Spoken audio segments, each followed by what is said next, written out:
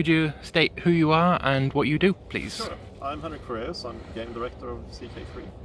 And I am Alexander Oltner, I'm the lead designer of CK3. Lovely. So how did you decide that now was the right time for CK3? CK3 started actually a long time ago in pre-production, if you will. I think sometime in 2014 I started writing up design drafts of things I realized we could never do in CK2. And then production actually started in 2016 when we released Stellaris. So I basically moved from Stellaris to game director of CK3 at that point. So, CK2 is a massive game at this point. What was the process beside deciding what should stay in and what gets cut?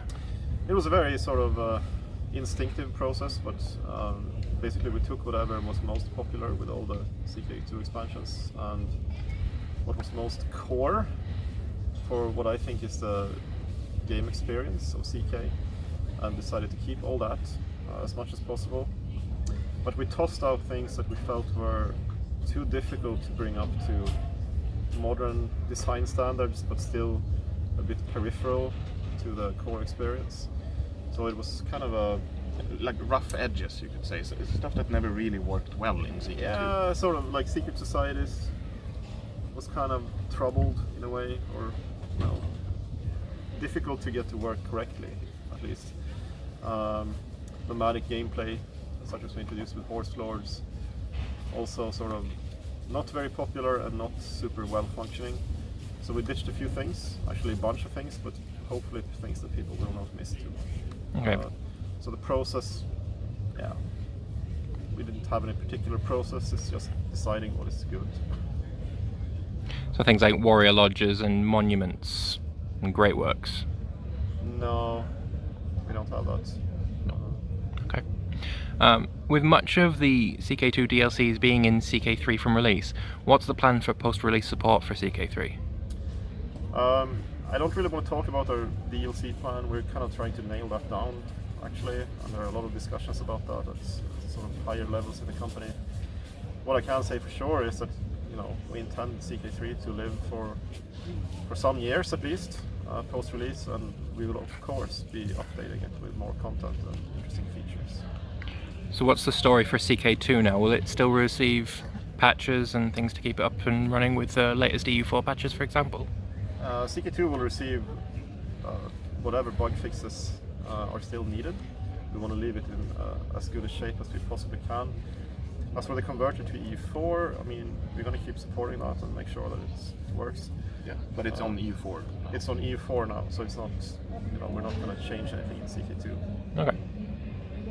What lessons were learned from the other Paradox titles that you took on board for CK3? I think,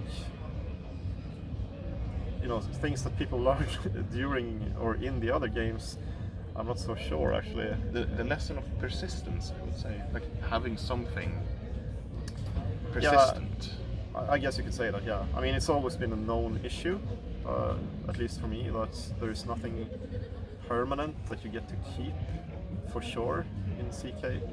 Your titles come and go, characters die, but your dynasty is permanent, right? So that's where we put the most of the progression, the permanent progression in the game, that you can level it up with these dynastic legacies and so on. So that was a learning. It's a system we've seen in most of our other games in some form or another, but now CK has it as well. CK2 is the role player's paradise, as you say. How do you play to the strengths of that for CK3? Well, I mean, the lifestyle trees are very, very role-play and suit your particular playstyles very well. In general, I think the player freedom is role-playing. For me, that is the heart of role-playing, really. That you're free to do whatever you want to. So, building your own religion, designing your own dynastic legacies, and your character's lifestyle perks are all extremely role-playing mechanics. And I'm very happy with all of them. I think they're going to be an enormously significant update from CK2, and that it's going to be almost impossible to go back to CK2 if you tried these mechanics. There are other role-playing things. believe I mentioned, I have mentioned it to journalists, that we encourage you to role play your own character a little bit at least. In CK2 you didn't have to care about your own character's traits, which was a sort of a strange disconnect. Your own characters could have all kinds of traits that didn't really matter much. So in CK3, when you go against your own character's personality, you sometimes gain stress, which is a value that, and it's basically a percentage that is divided into 5 levels, I think. Yeah. When you go up a level in stress, you suffer a sort of mental break. And you can compensate for that, or you can just live with it. But it's a fairly interesting event when it happens. Yeah, the first few levels are fairly mild. Essentially, the worst thing that can happen is that your character finds a way to cope with stress. But if you keep pushing yourself to the limit, the stress system is now the source of things like lunacy. Like, this is where lunatics come from.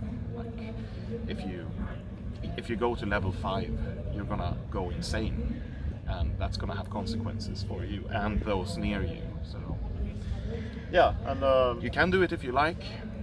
That's how you want to roleplay. Exactly. So the idea is that if you're a kind-hearted and merciful soul, you will also gain stress from going into your dungeon and torturing your prisoners, right? Or even executing. Or even executing them. And the reverse, right? If you're a sadist, you will find it relaxing to do those kind of things. So it's not maybe not a major thing, but I think it's neat, and it does have some really good side effects of having the bad traits, for example, like arbitrary, that were just objectively bad in CK2, now have an upside, because arbitrary people don't really get stressed. No, they're fine with whatever. Yeah. Lovely. Modding is part of the culture of Paradox games, so what new tools will be available? I don't think we'll have anything in terms of tools. The UI is easier to modify. I would even go so far as to say that the UI is fully moddable. There might not be any new tools, but the core set of things you can mod is greatly expanded. Yeah, I think improved. exactly right. So you can modify more things, some deeper mechanics that you couldn't really in CK2, like succession laws, are more moddable. But there are no modding tools as such. Okay. Will there be naval combat, and will there be more than one kind of ship? No and no, not for release at least. Okay. Character portraits have got a massive improvement from the previous game. What advantages does that system give to the game? Right. Well, apart from being very immersive, for example, in how genetics work, you want to see your children looking like the parents or a blend of the parents. I think it expresses personalities in a clearer way. You can see just by looking at a portrait what kind of person it is. So in CK2, for example, you couldn't really see anything that wasn't physical in the portrait. Like if they had lost an eye, you could see that, but you couldn't see that they had gone insane or whatever. Yeah. Now you do. Or that they were greedy or cowardly or whatever. So they express the personalities of the characters as well. And finally, what's the favourite feature of CK3 that you've worked on that you can talk about? Dynasties. I love dynasties. Yeah, That's mine. You might have another. No, I'm inclined to agree. If you take all the things we've done with dynasties and say that it's one thing, I think it's such a success because it also nails this historical playstyle of spreading your dynasty far and wide, which wasn't promoted whatsoever in CK2. No, I agree. Considering all that, dynasty heads, house heads, the fact that we have houses, how renown works, and the dynastic legacies, and everything, then that's my favorite. Yeah. All the choice you have. Okay, well thank you both very much. It's been a pleasure. Although religions are a close second. Yeah. Thank you.